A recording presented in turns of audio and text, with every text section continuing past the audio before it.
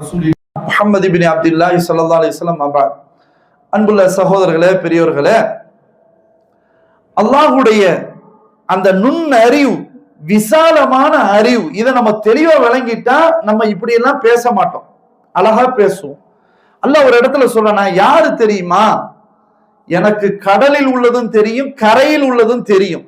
வயஅலமு மா fill berry வல் பஹர், எனக்கு எல்லாம் தெரியும், மறைஞ்சு இருக்கிறதும் தெரியும், வெளிப்படையா இருக்கிறதும் தெரியும்.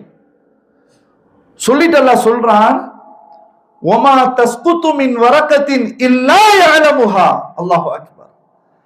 உலகத்துல எத்தனையோ கோடான கோடி மரங்கள் இருக்கின்றன இல்லையா, அதனுடைய ஒரே ஒரு இலை கீழே விழுதுன்னு சொன்னா, மரத்திலேருந்து கீழே விழுதுன்னு சொன்னா, அல்லாஹ் சொல்றான், எனக்கு தெரியாமல் கீழே விழாது.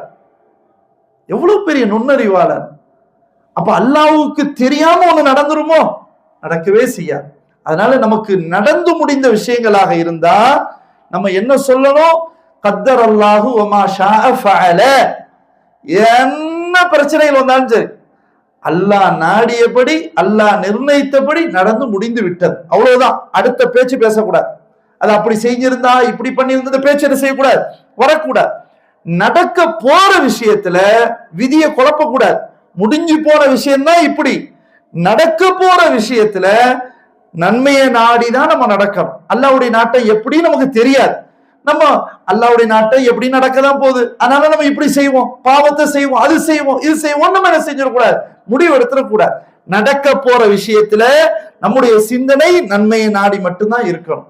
நடந்து முடிந்த விஷயத்துல அல்லாஹ் நாடியபடி நடந்து முடிந்து விட்டது என்று முடிவோடு இருக்கணும். இப்படி இருந்தா நம்முடைய சொற்கள் சீராகும், அதனால் நம்முடைய ஈமான் செழிக்கும், அதனால் நம்முடைய ஈமானும் சீராக இருக்கும். அப்படிப்பட்ட சிந்தனை அல்லாஹ் சுப்ஹானஹு வ தஆலா நம்ம அனைவருக்கும் கொடுத்து அருள்வானாக என்று கூறி என்னுடைய குத்பா உரையை நிறைவு செய்து கொள்கிறேன். இன்னல்லாஹ யஅமுரு பில் அத்லி வல் இஹ்சான் வ ஈதாஇ தில் குர்பா வ யன்ஹா அனில் ஃபஹ்ஷாஇ வல் முன்கரி வல் பகி யஇதுக்கும் லஅல்லக்கும் ததக்கரூன்.